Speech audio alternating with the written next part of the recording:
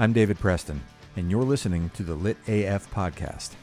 Join us each week for a tour through the literary classics like you have never heard them before. Each season is a new book, and each episode is a new way of thinking about it.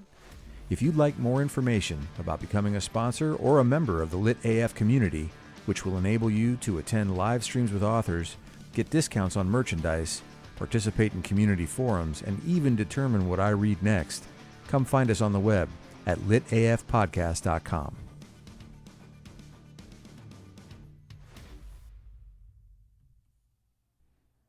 Hey everyone, and welcome back to the Lit AF podcast for Chapter 3 of The Great Gatsby. This week, what's on my mind is we interact in lots of different ways. And one of the things that's coming up in our culture in a loud way is how dependent are we on being with one another? During the pandemic, the emphasis has been on isolation. And for sure, loneliness has a huge impact on our mental and also our physical well-being. But loneliness isn't the only factor. When we're with other people, we have a variety of effects. Sometimes, at our best, we are interdependent. I love the philosophy that, in Ubuntu, it said that I am because we are. And to be sure, I myself carry the influences of lots of different people that I've met and known and been in relationship with for the course of my entire life. And it starts with all of us. There's a wonderful research paper on attachment theory that has become part of our culture. And, having secure attachments with one another is really important. And take heart if you are from a family of origin that had trauma or for any other reason didn't have secure attachments. Like our other neurology, attachments are plastic. Our abilities to change over the course of our lives are profound. And I bring all this up because in Chapter 3 of The Great Gatsby, we get to see a lot of human interaction. And secure attachments and interdependence are not the only kind. A lot of the time, people find themselves dependent on other people. And that can be because of physical or cognitive or emotional infirmity and a need for reliance. It can also take the shape of codependence. When we talk about dependence, we can also be talking about substance. And to be sure, in Gatsby and in F. Scott Fitzgerald's Lone Life, alcoholism played a major role. But dependence isn't necessarily bad. And sometimes in American traditions, because we are so independent, we forget that our survival and our well-being is directly dependent upon each other. Look at all the madness surrounding the pandemic and wearing masks and getting vaccines. Well, no one can tell me to do with my body. Okay. But whether or not you do or don't doesn't just affect you. And it's not just related to the coronavirus. If you have health insurance and other people in your group don't take care of themselves and require a higher degree of care and cost the plan more money, you're going to feel an impact. And it's not enough to say, oh, well, I am emotionally independent. You can't make me feel, another person can't make a person. Sure, I can make you feel something. If I club you in the head with a bat, I'm going to make you feel hurt. I'm going to make you feel pain. And there have been wonderful studies done on the mirror neurons, the Dalai Lama neurons, our empathy. And there are different kinds of empathy. There are different things that impact us. Sometimes we feel the positive energy of being with someone who really just, the experience lifts us up. Sometimes we feel drained when we've spent time with a person who is negative or whose needs extend beyond our capacities to give. And our cognitive empathy, our emotional empathy, our autonomic empathy, our nervous systems, our sympathetic and parasympathetic nervous systems, all resonate. And this is not airy-fairy, new agey speak. There is plenty of neurobiological research on this topic. So as we think about reintegrating with society in this day and age, and as we think about our social lives and even the ideas of returning to offices and returning to campuses, it's worth taking a look through the lens of social interaction and interdependence at this chapter. Here we go.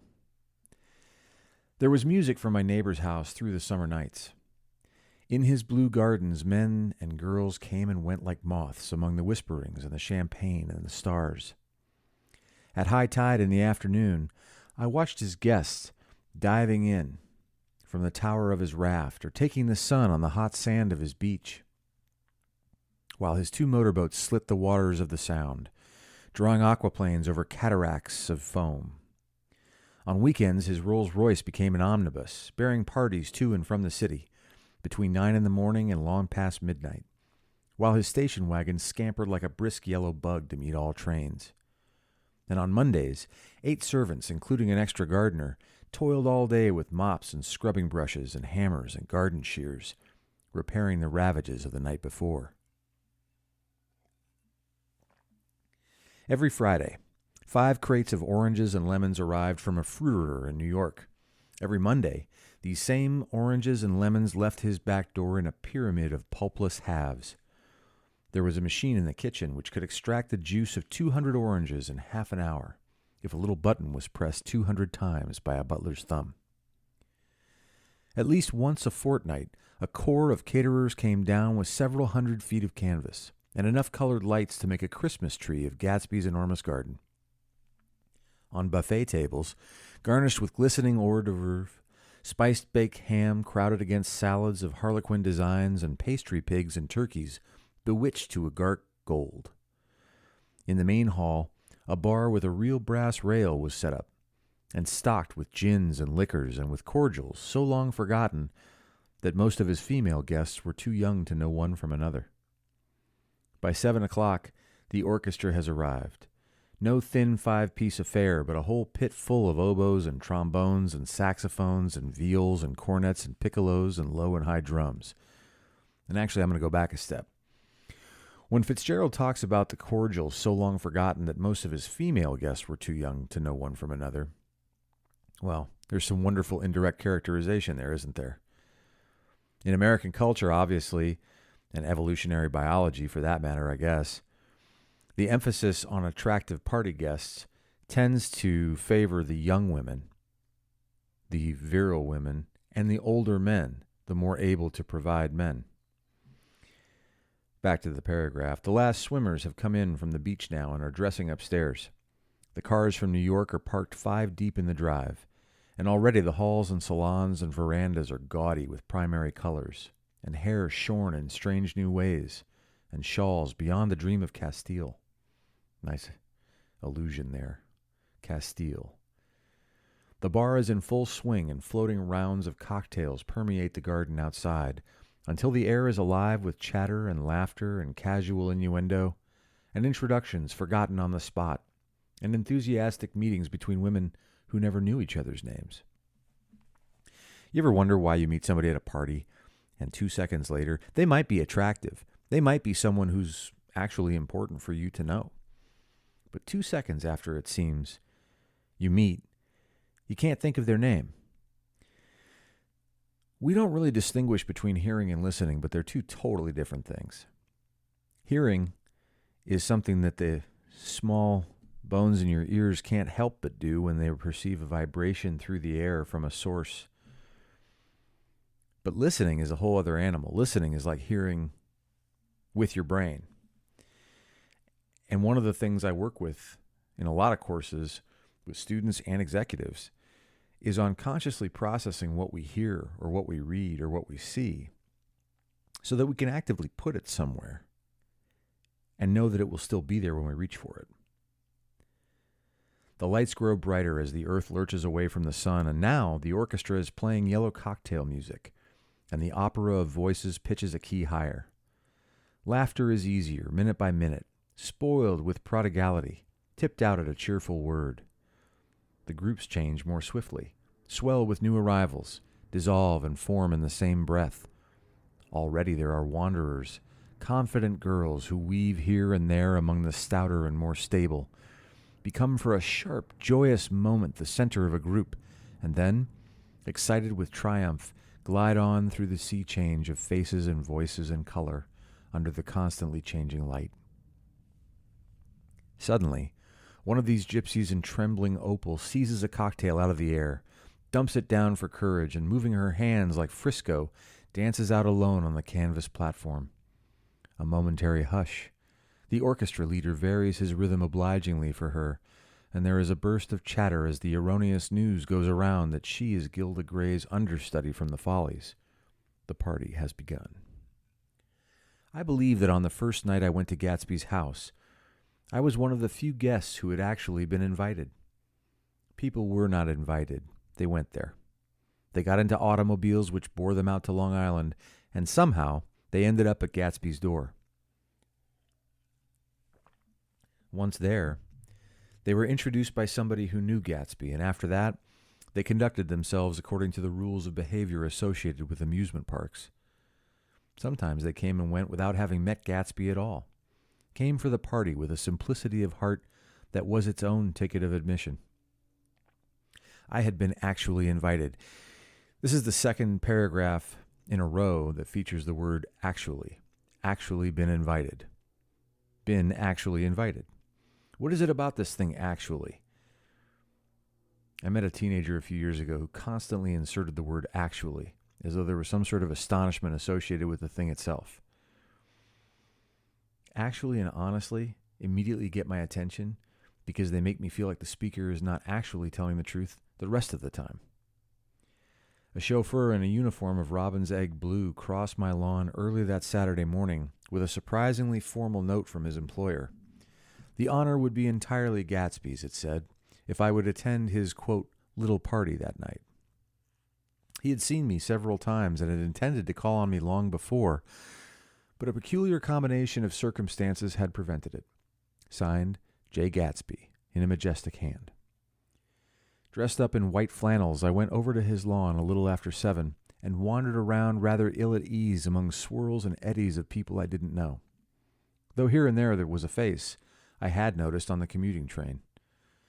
I was immediately struck by the number of Englishmen dotted about, all well-dressed, all looking a little hungry, and all talking in low, earnest voices to solid and prosperous Americans. I was sure that they were all selling something, bonds or insurance or automobiles. They were, at least, agonizingly aware of the easy money in the vicinity, and convinced that it was theirs for a few words in the right key.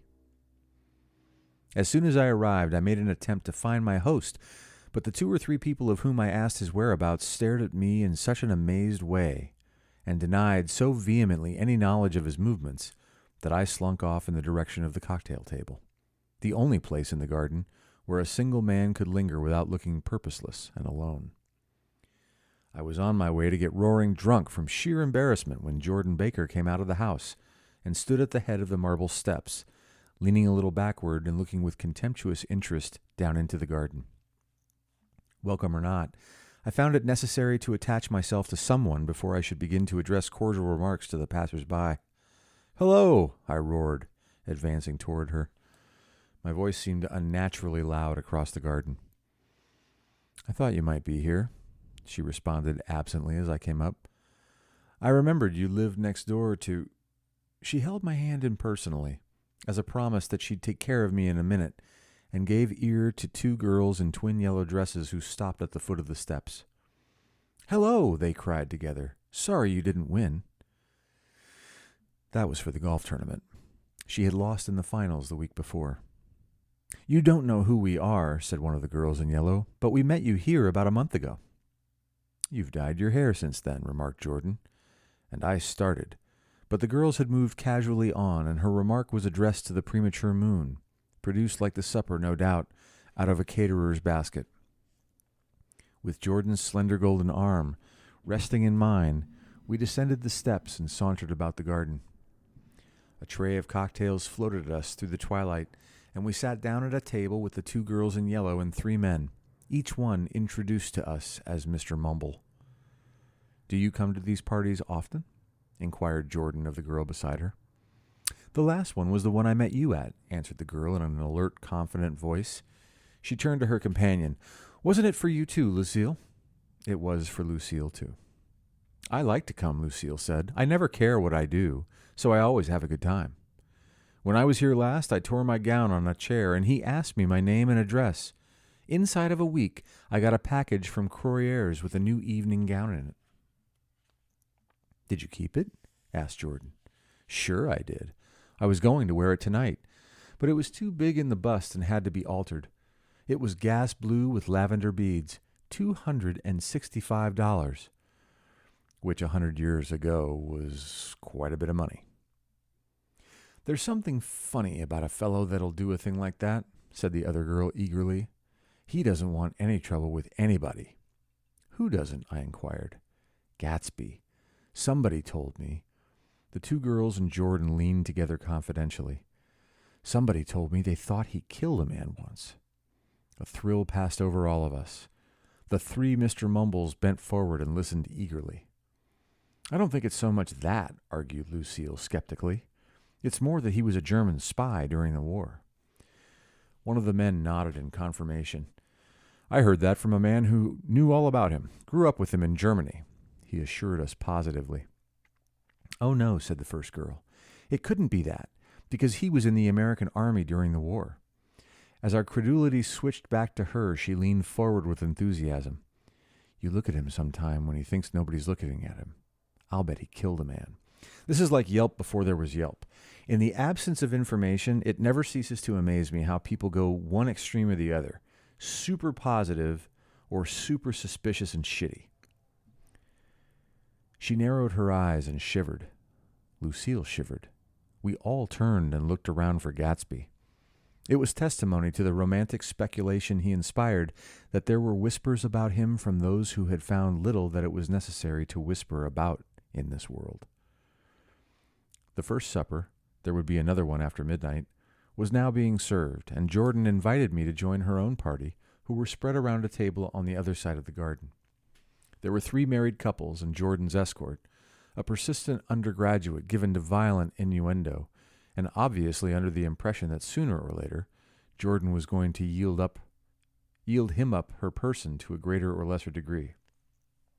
Instead of rambling, this party had preserved a dignified homogeneity. Sounds like wasps to me.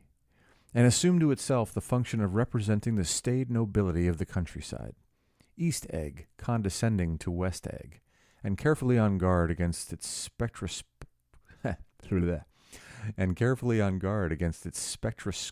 gaiety.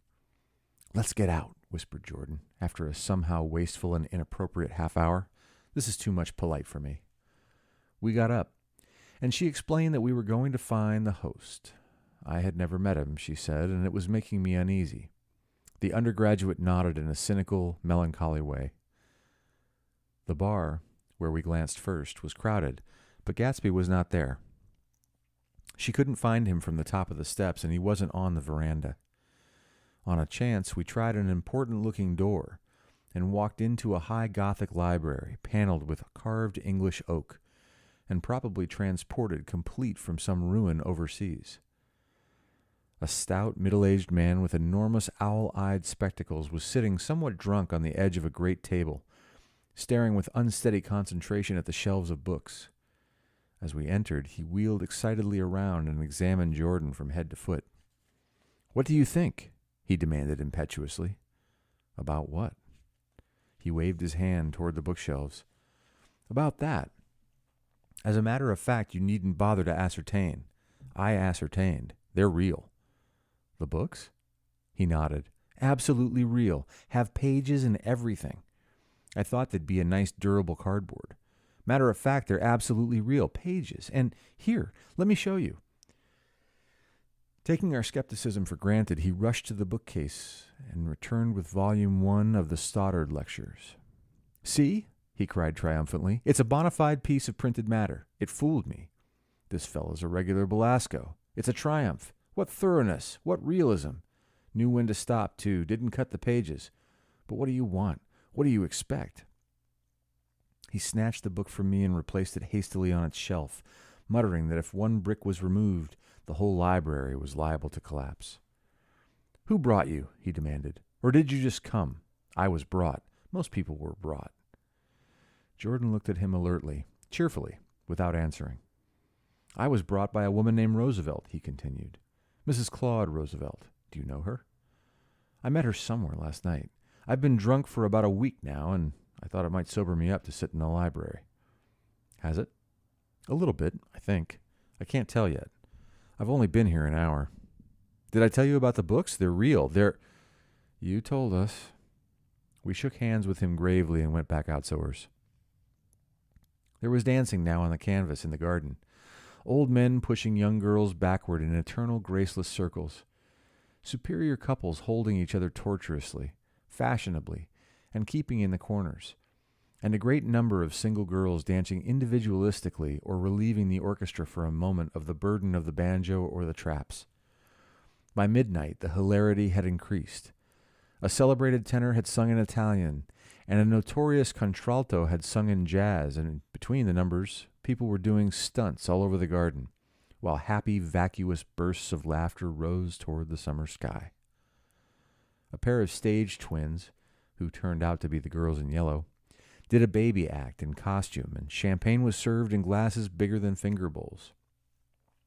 The moon had risen higher, and floating in the sound was a triangle of silver scales, trembling a little to the stiff, tinny drips of the banjos on the lawn.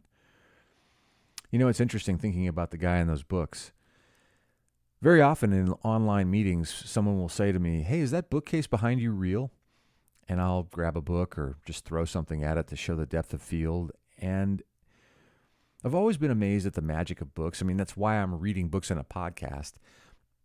But the printed letter on a page is a connector between people, between eras.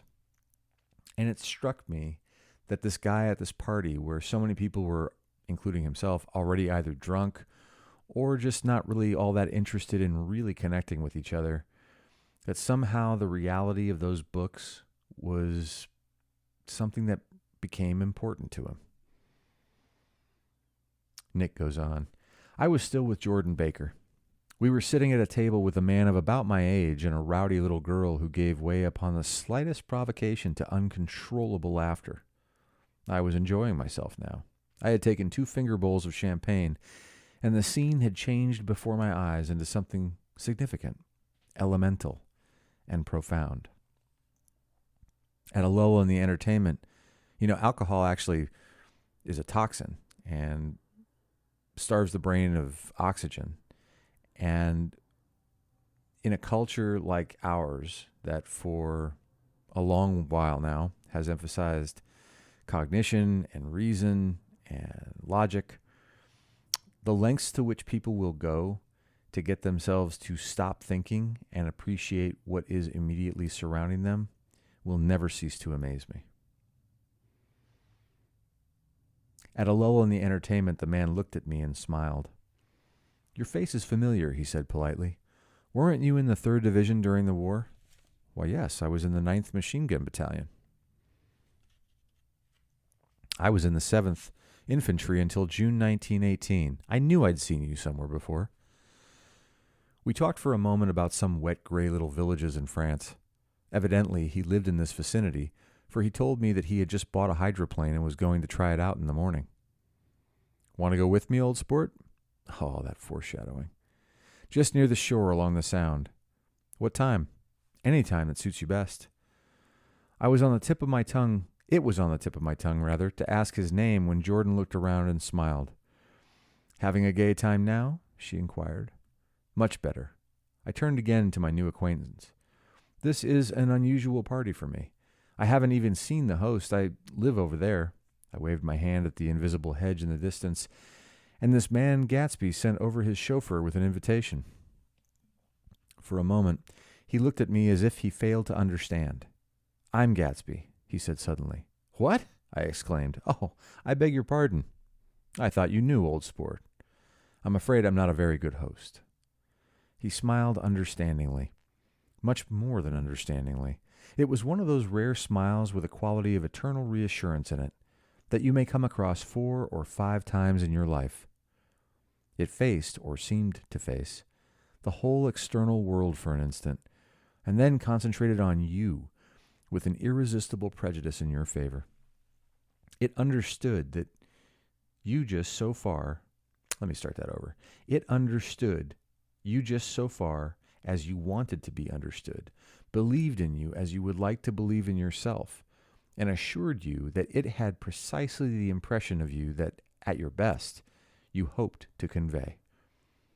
Precisely at that point, it vanished, and I was looking at an elegant young roughneck, a year or two over 30, whose elaborate formality of speech just missed being absurd. Some time before he introduced himself, I got a strong impression that he was picking his words with care. Almost at the moment when Mr. Gatsby identified himself, a butler hurried toward him with the information that Chicago was calling him on the wire. He excused himself with a small bow that included each of us in turn. "If you want anything, just ask for it, old sport," he urged me. "Excuse me. I will rejoin you later." When he was gone, I turned immediately to Jordan, constrained to assure her of my surprise. I had expected that Mr. Gatsby would be a florid and corpulent person in his middle years. "Who is he?" I demanded. "Do you know?" "He's just a man named Gatsby." "Where is he from, I mean, and what does he do?" "Now you're started on the subject," she answered with a wan smile. "Well, he once told me he was an Oxford man." A dim background started to take shape behind him, but at her next remark it faded away. "However, I don't believe it." "Why not?" "I don't know," she insisted. "I just don't think he went there." Something in her tone reminded me of the other girls. "I think he killed a man," and had the effect of stimulating my curiosity. I would have accepted without question the information that Gatsby sprang from the swamps of Louisiana or from the Lower East Side of New York. That was comprehensible. But young men didn't, at least in my provincial inexperience, I believe they didn't, drift coolly out of nowhere and buy a palace on Long Island Sound. "Anyhow, he gives large parties," said Jordan, changing the subject with an urban distaste for the concrete. "And I like large parties. They're so intimate. At small parties, there isn't any privacy. It's a unique thing to be able to wander through a large crowd and have a feeling of isolation. It's the kind of thing that you can't get on a hiking trail when there's just you and the person you encounter, and to not say hello would be strange. But when you're crossing a Manhattan intersection with 200 other people, nobody's looking at each other, and you can wander freely in complete anonymity in what David Reisman called the lonely crowd. There was the boom of a bass drum, and the voice of the orchestra leader rang out suddenly above the echolalia of the garden. "Ladies and gentlemen," he cried, "at the request of Mr. Gatsby, we are going to play for you Mr. Vladimir Tostof's latest work, which attracted so much attention at Carnegie Hall last May. If you read the papers, you know there was a big sensation." He smiled with jovial condescension and added, "Some sensation," whereupon everybody laughed. "The piece is known," he concluded lustily, "as Vladimir Tostof's Jazz History of the World." The nature of Mr. Tostof's composition eluded me, because just as it began, my eyes fell on Gatsby, standing alone on the marble steps and looking from one group to another with approving eyes. His tan skin was drawn attractively tight on his face, and his short hair looked as though it were trimmed every day. I could see nothing sinister about him. I wondered if the fact that he was not drinking helped to set him off from his guests, for it seemed to me that he grew more correct as the fraternal hilarity increased. When the jazz history of the world was over, girls were putting their heads on men's shoulders in a puppyish, convivial way. Girls were swooning backward playfully into men's arms, even into groups, knowing that someone would arrest their falls. But no one swooned backward on Gatsby, and no French bob touched Gatsby's shoulder, and no singing quartets were formed with Gatsby's head for one link. "I beg your pardon." Gatsby's butler was suddenly standing beside us. "Miss Baker," he inquired, "I beg your pardon, but Mr. Gatsby would like to speak to you alone." "With me?" she exclaimed in surprise. Yes, madame. She got up slowly, raising her eyebrows at me in astonishment, and followed the butler toward the house. I noticed that she wore her evening dress, all her dresses, like sports clothes. There was a jauntiness about her movements as if she had first learned to walk upon golf courses on clean, crisp mornings. I was alone, and it was almost 2. For some time, confused and intriguing sounds had issued from a long, many-windowed room which overhung the terrace. Eluding Jordan's undergraduate, who was now engaged in an obstetrical conversation with 2 chorus girls, and who implored me to join him, I went inside. The large room was full of people. One of the girls in yellow was playing the piano, and beside her stood a tall, red-haired young lady from a famous chorus engaged in song.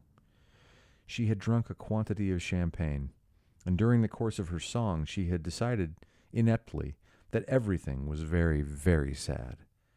She was not only singing, she was weeping too. Whenever there was a pause in the song, she filled it with gasping, broken sobs, and then took up the lyric again in a quavering soprano. The tears coursed down her cheeks. Not freely, however, for when they came into contact with her heavily beaded eyelashes, they assumed an inky color and pursued the rest of the way in slow black rivulets. A humorous suggestion was made that she sing the notes on her face, whereupon she threw up her hands, sank into a chair, and went off into a deep vinous sleep. She had a fight with a man who she says is her husband, explained a girl at my elbow. I looked around. Most of the remaining women were now having fights with men said to be their husbands. Even Jordan's party, the quartet from East Egg, were rent asunder by a dissension. One of the men was talking with curious intensity to a young actress, and his wife, after attempting to laugh at the situation in a dignified and indifferent way, broke down entirely and resorted to flank attacks. At intervals she appeared suddenly at his side like an angry diamond and hissed, "You promised," into his ear. The reluctance to go home was not confined to wayward men. The hall was at present occupied by 2 deplorably sober men and their highly indignant wives. The wives were sympathizing with each other in slightly raised voices. "Whenever he sees I'm having a good time, he wants to go home. Never heard anything so selfish in my life. We're always the first to leave. So are we." "Well, we're almost the last tonight," said one of the men sheepishly. "The orchestra left half an hour ago." You could almost hear F. Scott Fitzgerald telling Ernest Hemingway about his adventures with Zelda. In spite of the wives' agreement that such malevolence was beyond credibility, the dispute ended in a short struggle, and both wives were lifted, kicking, into the night. As I waited for my hat in the hall, the door of the library opened, and Jordan Baker and Gatsby came out together. He was saying some last word to her, but the eagerness in his manner tightened abruptly into formality, as several people approached him to say goodbye. Jordan's party were calling impatiently to her from the porch, but she lingered for a moment to shake hands. "I've just heard the most amazing thing," she whispered. "How long were we in there?" "Why, about an hour." "It was simply amazing," she repeated abstractedly. "But I swore I wouldn't tell it, and here I am tantalizing you." She yawned gracefully in my face. "Please come and see me. Phone book, under the name of Miss Sigourney Howard, my aunt." She was hurrying off as she talked. Her brown hand waved a jaunty salute as she melted into her party at the door. Rather ashamed that on my first appearance I had stayed so late, I joined the last of Gatsby's guests who were clustered around him.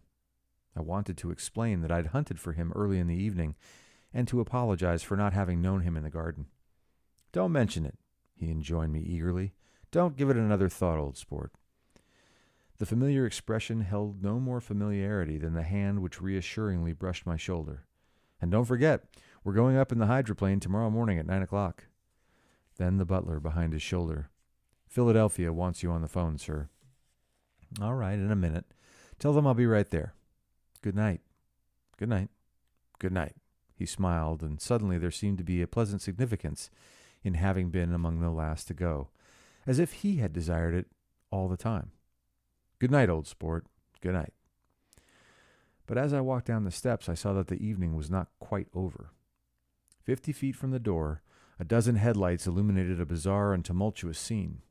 In the ditch beside the road, right side up but violently shorn of one wheel, rested a new coupe which had left Gatsby's drive not 2 minutes before. The sharp jut of a wall accounted for the detachment of the wheel, which was now getting considerable attention from half a dozen curious chauffeurs. However, as they had left their cars blocking the road, a harsh, discordant din from those in the rear had been audible for some time and added to the already violent confusion of the scene. A man in a long duster had dismounted from the wreck and now stood in the middle of the road looking from the car to the tire and from the tire to the observers in a pleasant, puzzled way. "See," he explained, "it went in the ditch." Captain Obvious. I wonder how drunk this guy is. The fact was infinitely astonishing to him, and I recognized first the unusual quality of wonder and then the man. It was the late patron of Gatsby's library. How did it happen? He shrugged his shoulders. "I know nothing whatever about mechanics," he said decisively. "But how did it happen? Did you run into the wall?" "Don't ask me," said Owl Eyes, washing his hands of the whole matter. "I know very little about driving, next to nothing. It happened, and that's all I know." "Well, if you're a poor driver, you oughtn't to try driving at night." "But I wasn't even trying," he explained indignantly. "I wasn't even trying." An odd hush fell upon the bystanders. "Do you want to commit suicide? You're lucky it was just a wheel, a bad driver, and not even trying." "You don't understand," explained the criminal. "I wasn't driving. There's another man in the car." The shock that followed his declaration found voice in a sustained, "Ah," as the door of the coupe swung slowly open. The crowd, it was now a crowd, stepped back involuntarily, and when the door had opened wide, there was a ghostly pause. Then, very gradually, part by part, a pale, dangling individual stepped out of the wreck, pawing tentatively at the ground with a large, uncertain dancing shoe. Blinded by the glare of the headlights and confused by the incessant groaning of the horns, the apparition stood swaying for a moment before he perceived the man in the duster. "What's the matter?" he inquired calmly. "Did we run out of gas?" I'm pronouncing that drunkenly the way it was written. "Look!" Half a dozen fingers pointed at the amputated wheel. He stared at it for a moment and then looked upward, as though he suspected that it had dropped from the sky. "It came off," someone explained. He nodded. "At first I didn't notice we'd stopped." A pause. Then, taking a long breath and straightening his shoulders, he remarked in a determined voice, "Wonder if tell me where there's a gas line station?" At least a dozen men, some of them a little better off than he was, explained to him that wheel and car were no longer joined by any physical bond. "Back out," he suggested after a moment.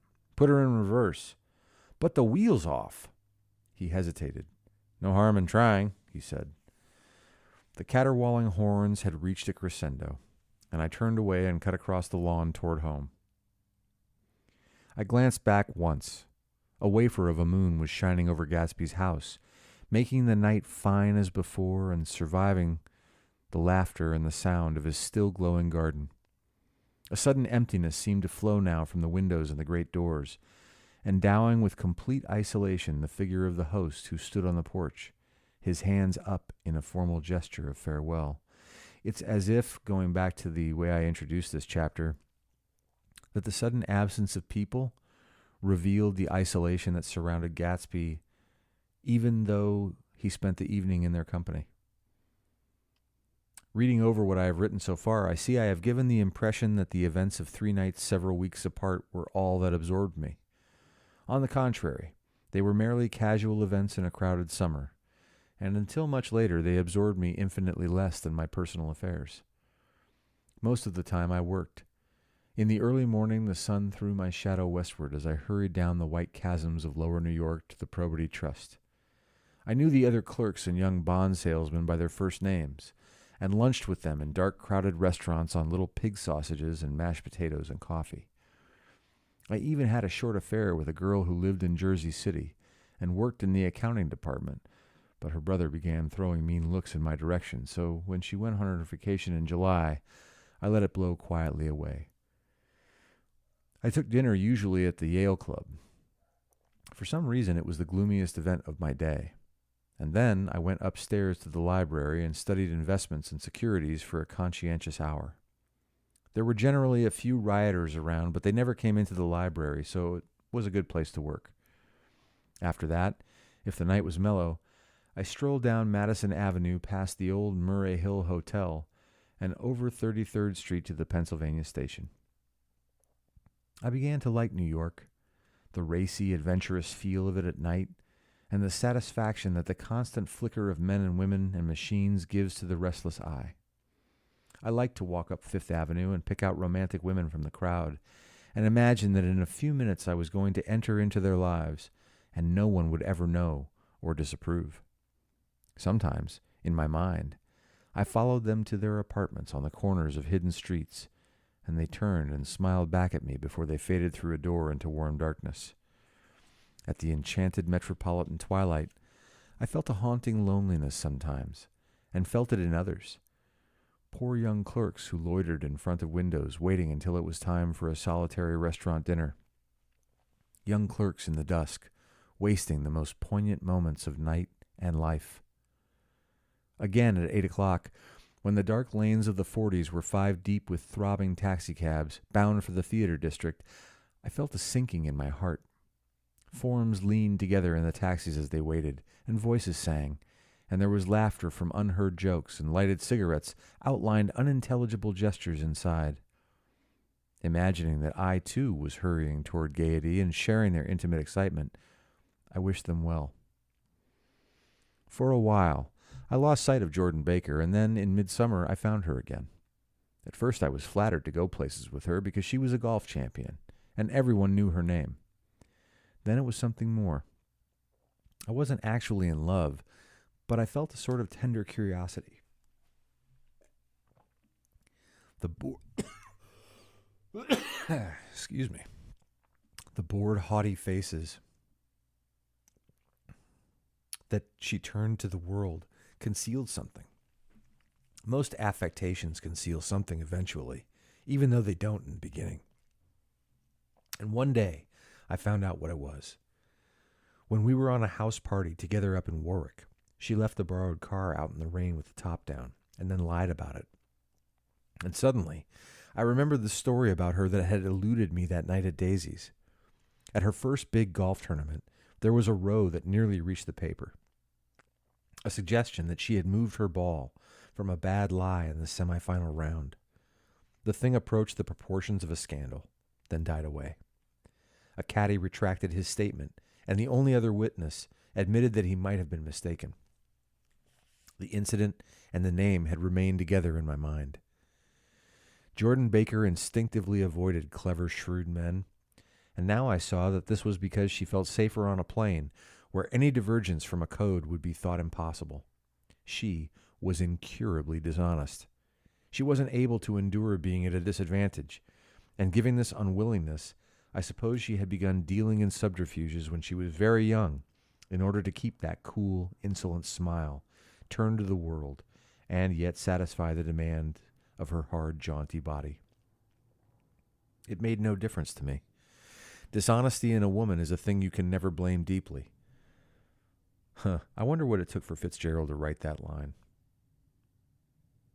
I was casually sorry, and then I forgot. It was on that same house party that we had a curious conversation about driving a car. It started because she passed so close to some workmen that our fender flicked a button on one man's coat. "You're a rotten driver," I protested. "Either you ought to be more careful or you oughtn't to drive at all." "I am careful." "No, you're not." "Well, other people are," she said lightly. "What's that got to do with it?" "They'll keep out of my way," she insisted. "It takes two to make an accident." "Suppose you met somebody just as careless as yourself." "I hope I never will," she answered. "I hate careless people. That's why I like you." Now, here is an aside. Earlier I talked about attachment theory. Well, neurochemically, there have been studies done that indicate people who are likely to meet and consider themselves a match tend to either be both toward a high level of dopamine In other words, they are people who seek new experiences, novel experiences, adventure, or that they are complementary. In other words, one of them is more of a director and one of them is more of a follower, and those can be loosely associated with testosterone and estrogen. Or they can be a match in terms of, again, neurobiologically, serotonin, more cozy, familiar, routine. And it's interesting that Fitzgerald somehow managed to, through a character in his novel, tap into a self-awareness of, I don't want the same as me. I want something that will complement me or balance me. Her gray, sun-strained eyes stared straight ahead, but she had deliberately shifted our relations, and for a moment I thought I loved her. But I am slow thinking and full of interior rules that act as brakes on my desires, and I knew that first I had to get myself definitely out of that tangle back home. I'd been writing letters once a week and signing them "Love, Nick." And all I could think of was how, when that certain girl played tennis, a faint mustache of perspiration appeared on her upper lip. Nevertheless, there was a vague understanding that had to be tactfully broken off before I was free. Everyone suspects himself of at least one of the cardinal virtues, and this is mine. I am one of the few honest people that I have ever known. Well, whether that's a self-delusional moment, and self-delusion is one of the keys to attachment and falling in love, which we'll talk about next time for Chapter 4, or whether or not Nick is that rare bird who actually has enough integrity to hold himself apart from some of the madness that typifies human dependence and interdependence and desire and affection, we'll have to find out. Thanks for joining me. I look forward to next time.